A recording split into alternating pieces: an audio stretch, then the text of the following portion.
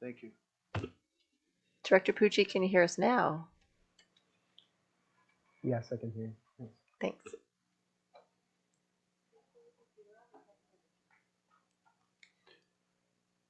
If you are only just tuning in now, we're clearing up just a few little technical difficulties and making sure that everything's working here.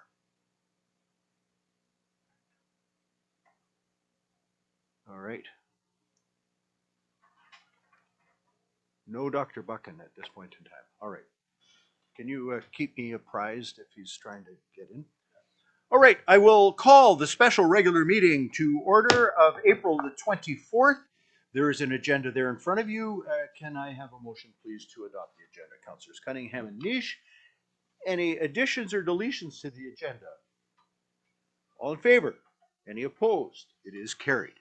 This is an opportunity now for members of the public. If you'd like to speak to anything that's coming up on the council agenda, you can come and address council at this time. You're free to do that now. You don't have to, but it is your opportunity to speak if you want to speak. If you're going to speak, come on up to the microphone. Introduce yourself. And just grab that chair right there in the middle. I make everybody talk over the broken water pipe so that if they're asking for money, I can tell them where it's. And hit the button there, just turn it on. Absolutely. Hello. Introduce yourself. My name's Garrett Wolders. I'm a resident of Prince Rupert, and I would like to speak about some of the changes that are going on down at Calbay Marina. Yep. So I'd like to address. Sorry. Yeah. It's on. Okay, there we go. Perfect. And I see that there's some stuff's going to be changing for the pricing that's going to be going forward, and also we would like some clarity on some of the other issues that are currently that my partner and I have brought with us tonight, so that we could have a chat about it if possible. So not really an opportunity to chat, unfortunately. Okay. But that you're always welcome to talk to staff or. Of course, any member of council. This is an opportunity for you to just make your concerns known very briefly as before council considers. Sure. So I guess, on my behalf and my partner who's here behind me, we've been involved at the marina for quite some time now. We're all businessmen down there. We all have charter boats. And it's getting to the point now where our monthly rates in June, July, and August are to the point where we can't afford to be there anymore. And someone needs to try to help us out to understand why at that point in time. There's certain rules that we come in, we have to be in there January, February, March, and April. We don't get to fish. We don't fish at that time, but we have to pay the winter rates. And in order to do that, we have to do that in order to maintain a spot throughout the rest of the season. And as the season comes along, it gets more and more expensive for us. And as you know, the cost of everything today is very expensive. Fuel, mortgage, all that kind of stuff, it all adds up, and our bottom lines are really, really suffering for it. And we feel that, what the charter community brings into Prince Rupert is fairly significant, and it's almost getting to the point where we can't afford to be there anymore. And there's nowhere else to go. That's the unfortunate part.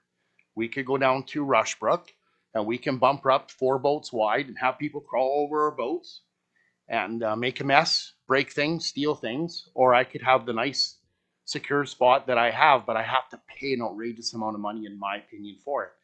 We've done some research on it. We've provided research to, I believe, to you, Mr. Pond, and to the council, with some other stuff.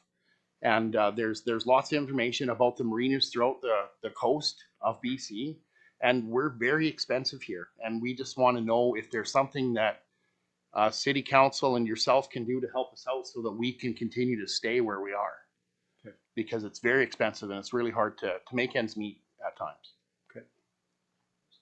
Okay. Councillor Nish. I just had one question: is how many charter boats are currently docked there that you know of? 10. Okay, thank you. Yeah. Okay. Any other questions from council? No? Okay. Thank you very much. Appreciate it. Did your partner want to speak, or same drill? introduce yourself, turn the microphone on first, and then introduce yourself. Greg Wallach, Peaceful Seas. I'm just looking for clarity as well. You're proposing that there is an annual rate, but nothing to specify how many people can be on the annual rate or how many can qualify for it. That's one part. The other part is we are switching to the daily rates, but that says it's pricing to the public. We're actually commercial. There are specific prices for like the spill response team. The terminal for the new fuel terminal has their boat in there at a special price because they're also commercial. So I'm wondering, is there any way we could get a commercial price for charters?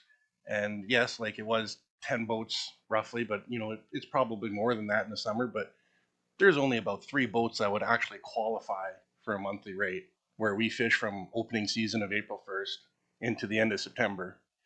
And there's only 2 or 3 boats maybe that do that, looking for this rate, compared to the ones who just come here for the quick money in July and August and then they're out again.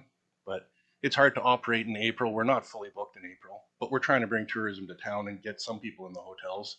But stretching it out over a 6-month period, it's a lot for us. And I'm just looking for maybe a rate, like a special rate for commercial that would qualify for a 6-month term, and we're not just looking for 1 or 2 months. But it is in the proposal, right? Councillor Cunningham. So the other charter groups, great people that come in, they're just coming in for 2-3 months. They won't even show up. They're not until June. local. They're not local now. And But I'm not local either. I'm from Edmonton, but I'm here 6 months plus of the year. so the other question is, you don't get a commercial rate right now. We do not. We are paying the public rate as a day person who comes in off the street. I think that's something we should look into. Okay. You know, like especially if We'll, you're we'll local. have our discussion after. Right? Sorry to cut you off, Councillor, but. Yeah, so, but like I say, you do offer annuals, but we can't get clarification on how many and who qualifies. Okay.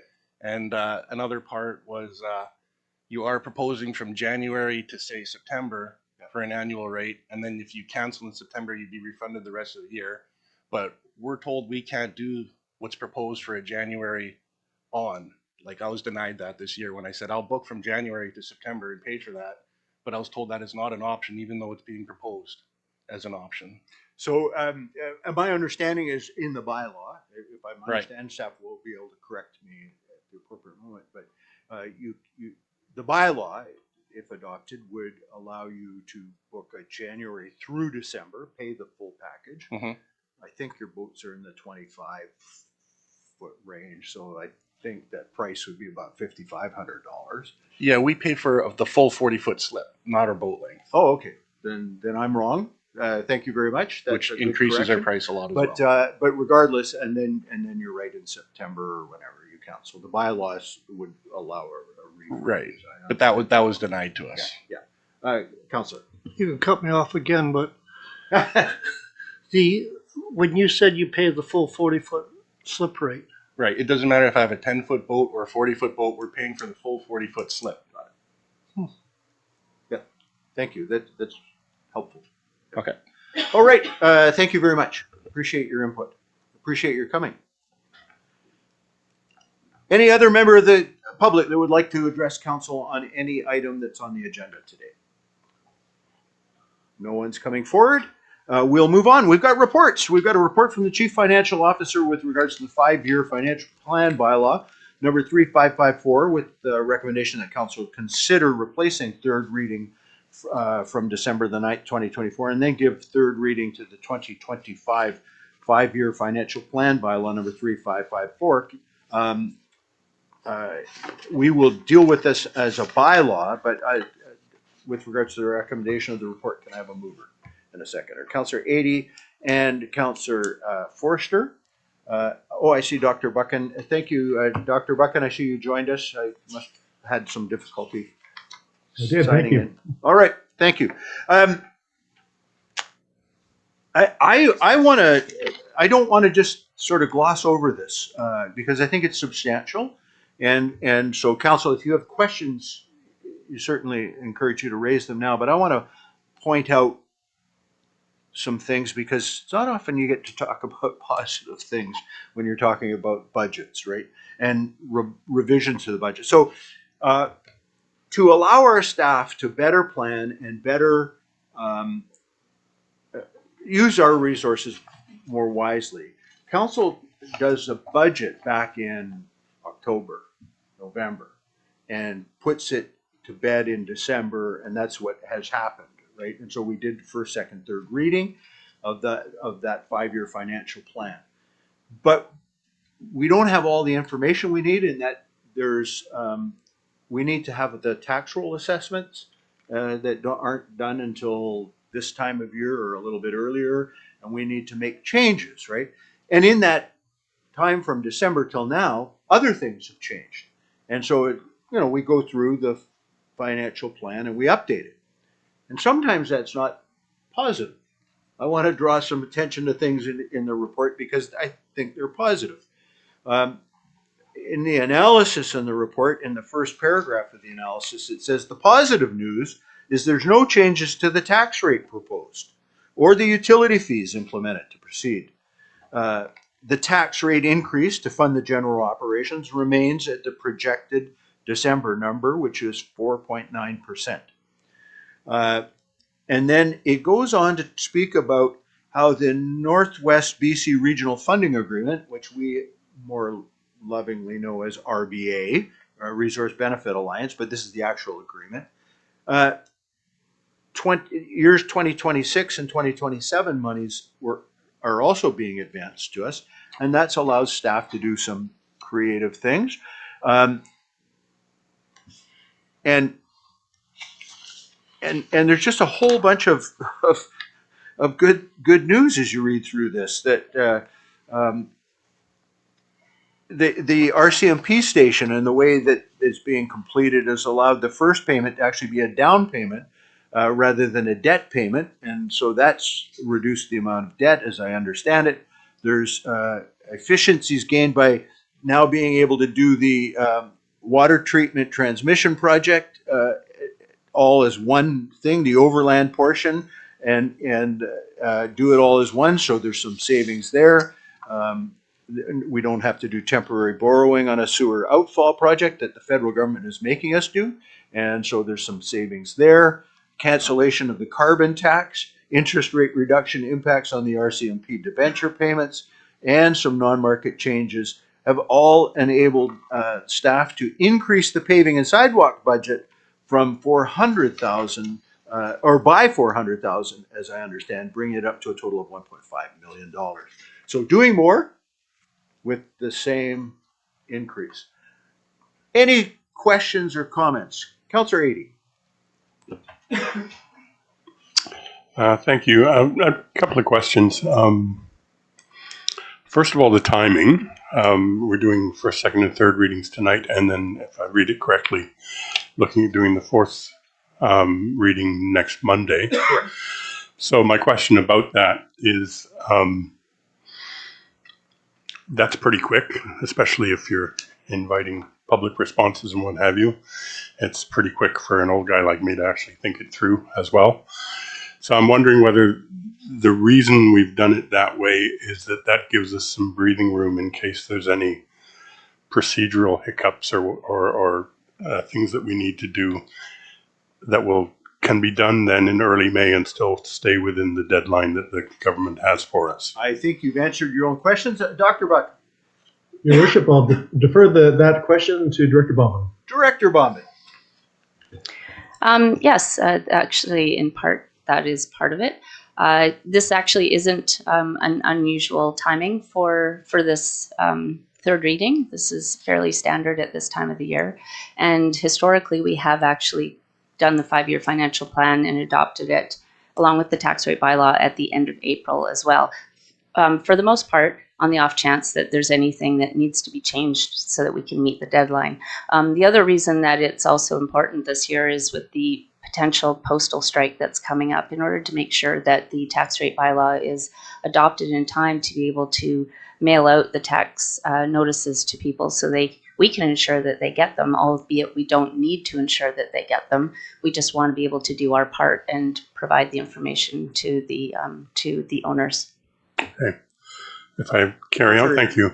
If I can carry, the 3rd, 4th Avenue stairway, I noticed that the funding for that was originally intended to be RBA money. I'm going to use RBA just because it rolls off the tongue, It does. and that was our language for so long. Yes. So I take it we all know what I mean.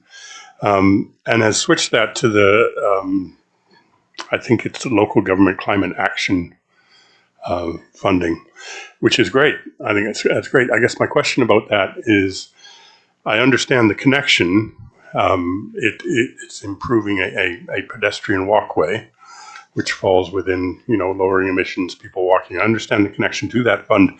What I'm wondering is whether it provides potential in the future to tap into the same fund in a different year, because we do have other walkways and other stairwells in desperate need of refurbishing.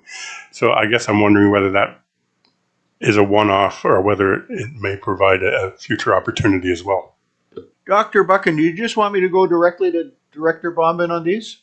Yes, Your Worship, on the questions of to do with the budget. Yes, please. Absolutely. Director Bombin. Actually, we're using pretty much all of our local government climate action funding for this particular project. And it met the the targets of transportation, active transportation, that sort of thing. So it freed up the money that from the RBA initially that we were using to be able to be allocated to other projects that necessarily didn't meet the LGCAP kind of criteria. So we felt that it was an appropriate use of funds, and the province was quite happy to be able to fund this. But yes, we're constrained by the future LGCAP funding, whether we do get any more funding, given the fact that the carbon tax has been removed. And as far as I understand it, the LGCAP funding came from those types of initiatives. Councillor Eadie. Yeah, I guess that's we won't know until we know about that.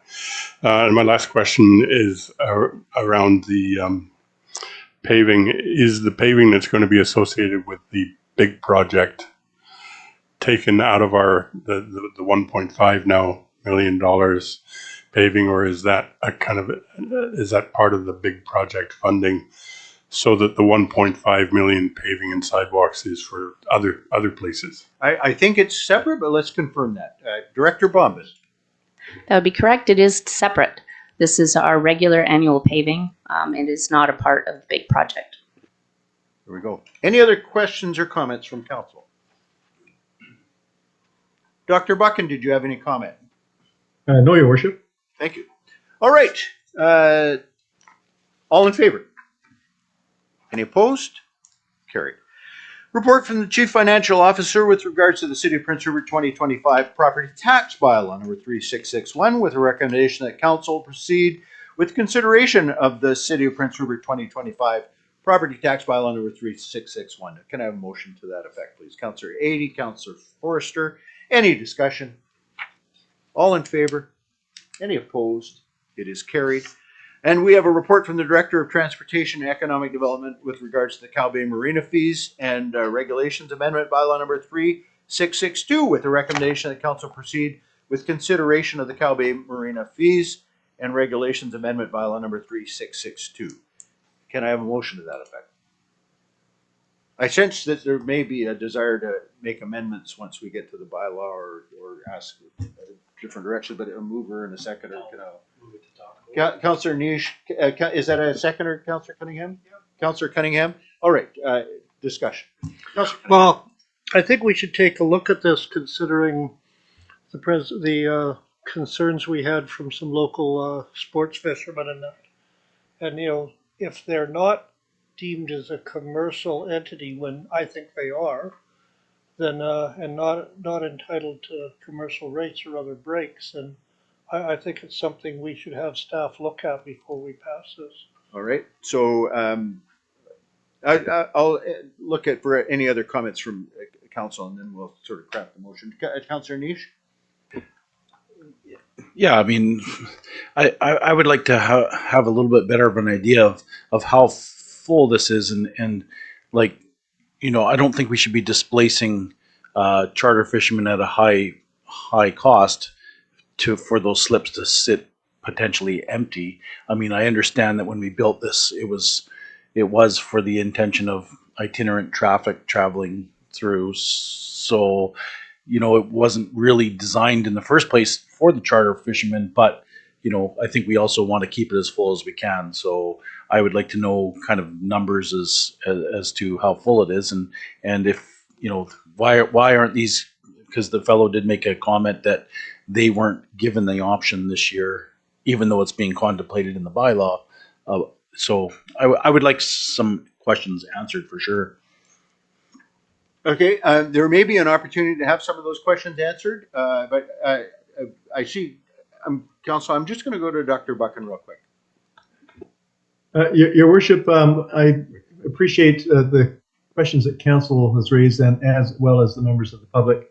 And I believe that Director Miller may be able to answer some of them now, but what I am going to suggest is that we will have a staff report at the next council meeting that this bylaw is considered, along with Director Ventitelli to address those questions.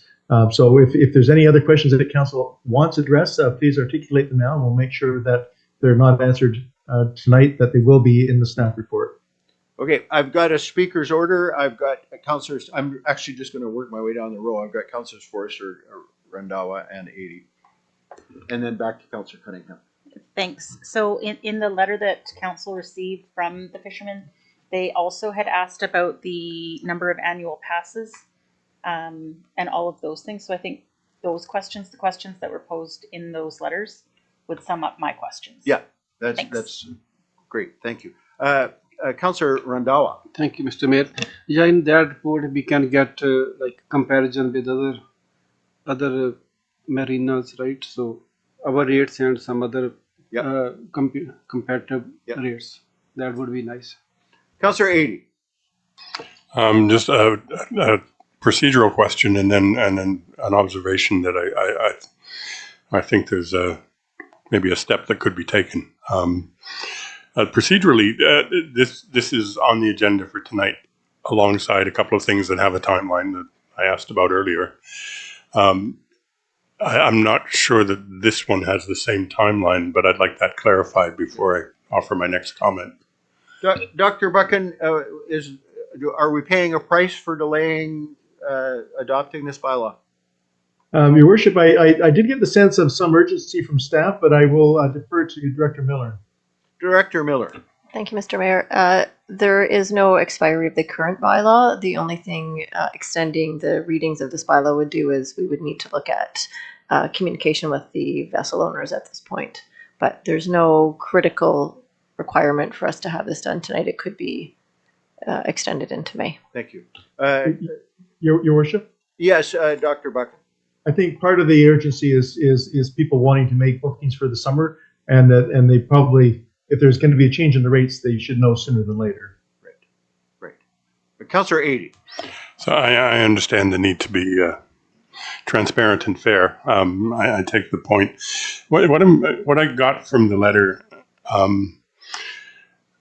there seems to be, at least on the part of the authors of the letter, a perception that we need a more, and I think this is mostly their wording, if we had a solid estimate of available spots for 3 categories of moorage, annual, short-term, and temporary, then it would be possible to arrive at an equitable arrangement that would be acceptable to the operators while still meeting revenue targets for the marina. So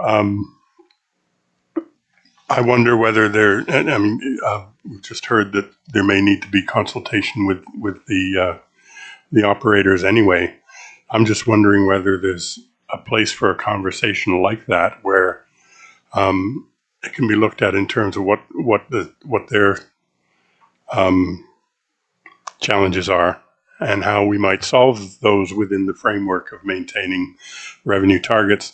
And I would also note that within our background, it says that given these changes, we could anticipate an 11% increase in revenue from the marina, which also suggests to me that there's some room for some flexibility around how we manage this. If there's a time pressure, then I guess I'm suggesting that we acknowledge that and move fairly expeditiously. All right. Back to Councillor Cunningham.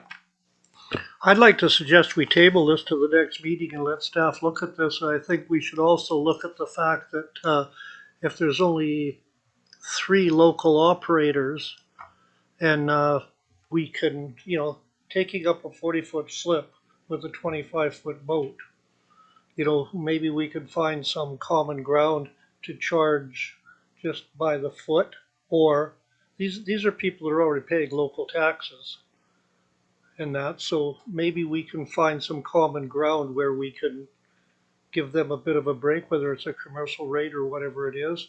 But I'd like staff to look into it, so I suggest for total transparency on this that we just table it to the next meeting if staff can. Our staff's pretty busy, but if they can look into it in the meantime and get back to us, I don't think 2 weeks is going to make a big difference. So a couple of practical matters here. We've got a motion to table which should actually be dealt with. However, it comes from the mover, the seconder of the original motion, which is a bit of a, yeah, and I'm sure it'll come, that's what I was going to say. I'm sure it'll come from another quarter, and that's okay. Our next meeting is actually on Monday, so there's not a lot of time. So it could be tabled to a future meeting, right? Yeah. Yeah, or postponed, I think is the more appropriate. So a motion to postpone to a future meeting. Is there a seconder? Councillor Adey, any discussion? All in favor? Any opposed? It is carried. All right, so that was just a report. We can, anyway, that's all good. Thank you very much, Council. We will move on then to the actual bylaws. We have the first one, whoops.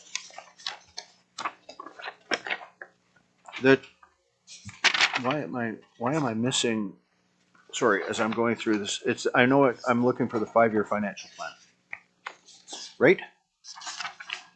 5-year financial plan bylaw, number 3554, with the recommendation that council replace third reading from the December 9th, 2025, and give third reading to the City of Prince Rupert 2025 5-year financial plan bylaw number 3554. Motion to that effect. Councillors Forrester and Adey, any discussion? All in favor? Any opposed? It is carried. We have a City of Prince Rupert 2025 property tax bylaw number 3661. Recommendation that council give first, second, third reading to the City of Prince Rupert 2025 property tax bylaw number 3661. Can I have a motion to that effect? Councillors Niche and Cunningham, any discussion? All in favor? Any opposed? Sorry, you're opposed? Yeah, opposed. Councillor Randawa is opposed. And Dr. Buchan, do I need to deal with the, given that the report was moved to table, do I even need to deal with the... Your Worship, I took the intent of that motion to defer the bylaw. Yeah. Yeah. So I think that we can, if that was council's intent, we can just consider it tabled. That's my sense too. All right. We now move on to reports, inquiries, questions from members of council. Anything, council? Councillor Adey. Just a question. At our previous meeting, we had talked about having a staff report on the big project and challenges and so on. I'm just wondering whether we can anticipate that on Monday, or whether that's going to be into the first meeting in May. The director who prepares the council meetings is nodding, saying yes, it's going to be on that agenda. So, Councillor Adey. Well, then I would suggest that the thing that I was likely going to talk about, I'll save till then. Okay, very good. Any other comments or questions from council? Councillor Forster. Thanks. Just because it happens on the same day as our next council meeting, Day of Mourning for Workers is actually on Monday. Yep. And there's going to be a gathering of workers to acknowledge that at 6 o'clock. So just wanting to put that out there because it will have already happened at our next meeting. Yes. And it's also election day. Yes, it is. So please vote before you Yeah. come to our meeting. Yeah. I will just give you a quick summary of last week. I went to Victoria, not directly on behalf of the city, but rather on behalf of the Resource Benefit Alliance, which we've already discussed this evening. It's the intention of the three co-chairs, of which I'm one, to keep, and at the behest of all the members, to keep the reporting relationship alive with government. And so we had been invited by the Minister of Finance to come and give an overview of, we had a new Minister of Finance, and we've been invited by her to, and her staff to come down, give her an update, a little bit of history, and sing our song about what the good things are already underway as a result of the RBA. We were able to then multiply that into a number of meetings, including with the Premier. So we met with Minister of State Brittany Anderson. We met with the Premier. We also met with the Opposition Caucus to make sure they understand the value of the RBA. And so that was, I would say, a very productive trip in Victoria last week. And that's all I have to report. If there's nothing else, I would entertain a motion to adjourn into a closed council meeting. Do I have to read this? Do we have we're moving into a closed council meeting. Do I have a sheet for that? I don't know if I do. Anyway, I'm asking for a motion to adjourn so that we can move into a closed council meeting to consider matters that are required to be protected under the Local Government Act. And your worship, I would specify legal matters. As legal matters. Councillors Cunningham, Councillors Forster, all in favor. Any opposed? It is carried.